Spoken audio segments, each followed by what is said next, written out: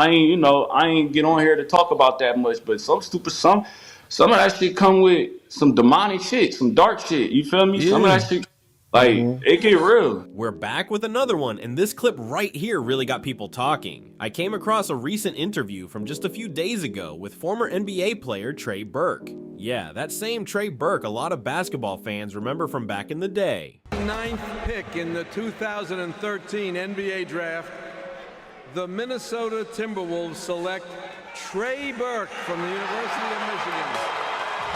The name alone already pulled attention, but what he said made people stop and listen. In the clip, Trey dropped something that hit harder than expected. It wasn't flashy, just straight to the point, but it carried weight. He talked about how some of the top-tier NBA stars, the real superstars, get involved in some very dark stuff behind the scenes. And when he said it, you could tell he meant every word. Trey straight up said that a lot of what goes on at that level feels demonic and dark. That's heavy. It was kind of just about basketball. Let me just see how good I can be in basketball. You know what I mean? But once I found that deeper purpose, it made me kind of understand life at a deeper level. And I'm still on that journey to this day. Yes, sir. I'm still on that journey. And I think athletes need to know that. It's a lot of athletes out here that just want to make it to the NFL, just want to make it to the NBA.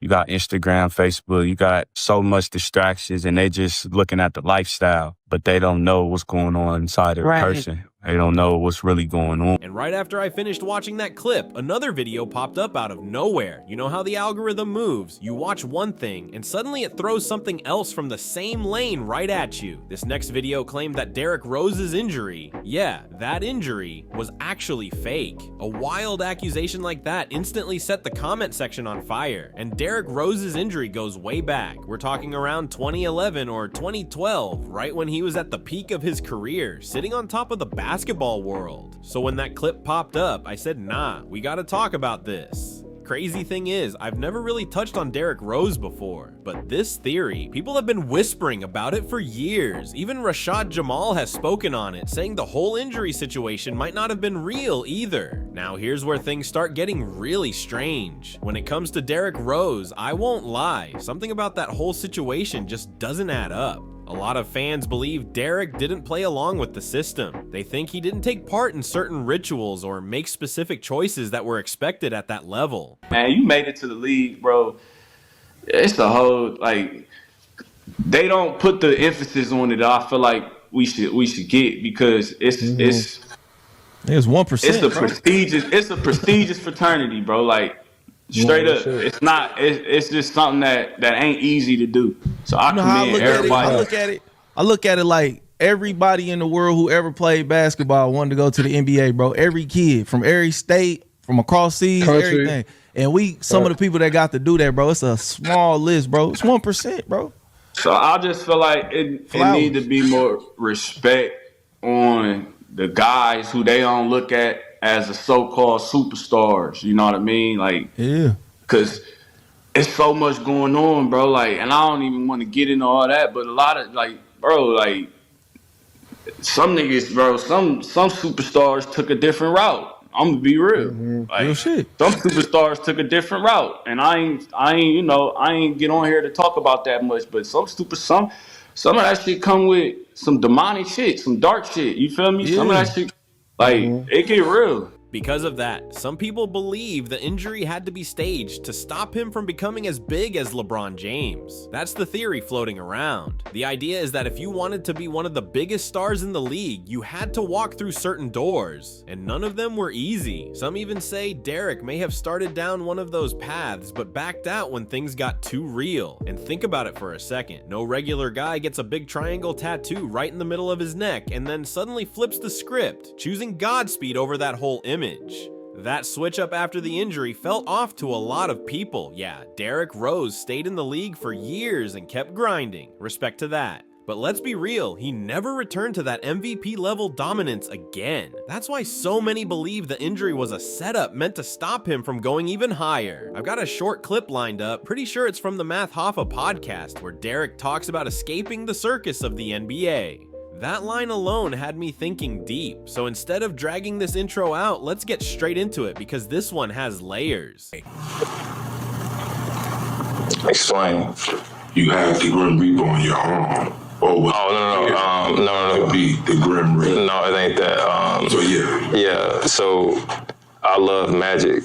So my favorite magician was like Houdini.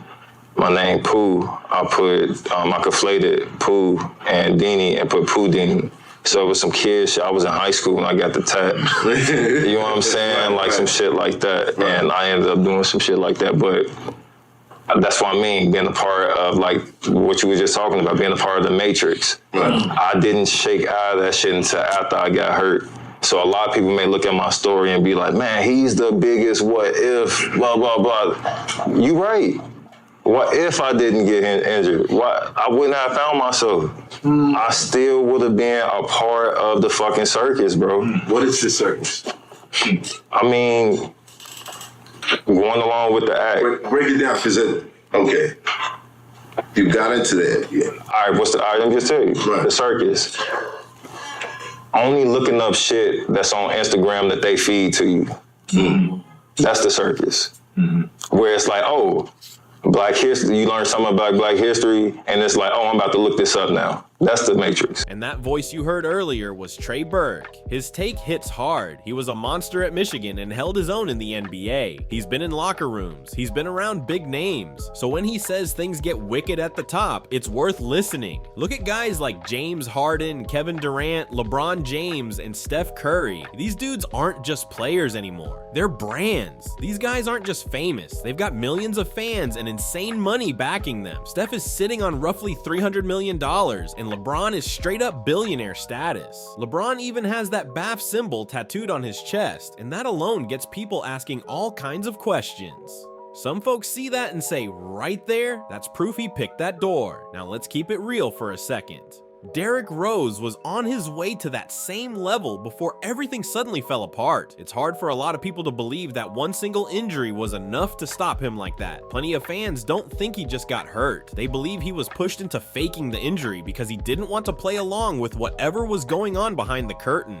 And yeah, this part gets repeated a lot for a reason. Derrick Rose was really headed for that top tier before the crash. People keep asking how one injury could derail someone that dominant. To some, it feels less like bad luck and more like pressure from the system. The idea floating around is simple. If you don't follow the plan, you don't get the money, the fame, or that chosen one spot in the league. Derrick Rose could have been bigger than Michael Jordan in Chicago, and that's not even hype. He's Chicago, born and raised, repping the city every time he stepped on the court. Fans there look at him like a hometown savior. The love is different. Some even say it's deeper than the love they had for Jordan. So yeah, if Derrick had kept rising without interruption, people believe he would have been unstoppable. Now pause for a second. I'm about to play a clip where Derrick himself talks about what he calls the circus of the NBA. That clip has people replaying it over and over. Yes, Derrick Rose, man. He refused to keep selling out, participating in the rituals. This is exactly why he was forced to sit down with that injury, bro, when they made him fake ACL tear, bro. That happened because he didn't want to keep on participating, so they forced him to sit down. This is how these industries all ran. Go watch the movie Him. They show you how you have to keep participating in rituals and sacrifices in order to get to the top. And, you know, D-Rose didn't want to keep on do that shit, participating in that shit, you know, to get to the top. So he just sat down. I made a video of me talking about this before. You know, in the movie Him that just came out, is showing y'all the truth, bro. They showing y'all, like, what you gotta do in order to get to the top, bro. This is how this shit works in these music industry, all these industries, bro, sports and all that.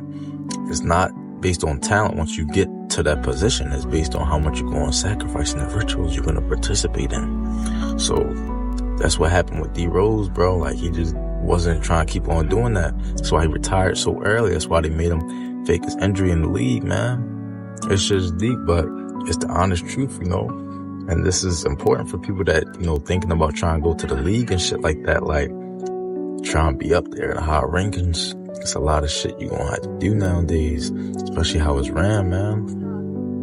And that's just the honest truth about it. Like, D-Rose is not taking away the talent from him. He's an amazing basketball player, like I said. But, you know, at the end of the day, if you want to get to the top, you gotta participate in the rituals and sacrificing.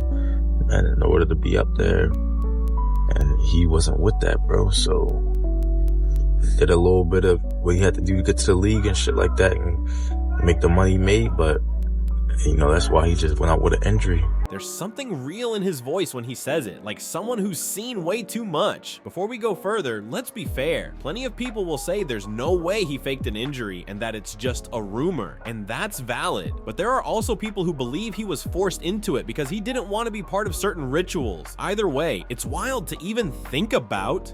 A lot of this stuff goes right over people's heads, but let's be honest, if strange things happen in the NFL, people believe it's happening in the NBA too. That's just how some fans see it. Once you start paying attention, people say you notice patterns. So many #1 overall picks end up dealing with major injuries early in their careers. Most folks call it bad luck, others say, nah, there's more to it. Look at Derrick Rose again. Drafted #1 overall in 2008. Just a couple years later, boom, major injury out of nowhere. To some, that feels way too convenient, especially when Derrick later said that after the injury, he found himself and started seeing past the circus. That line alone says a lot to people. It sounds like he's hinting that without that setback, he might have stayed caught in the machine. Think about what that means. He's saying the setback opened his eyes. Even now, he's still worth around $100 million, which is huge.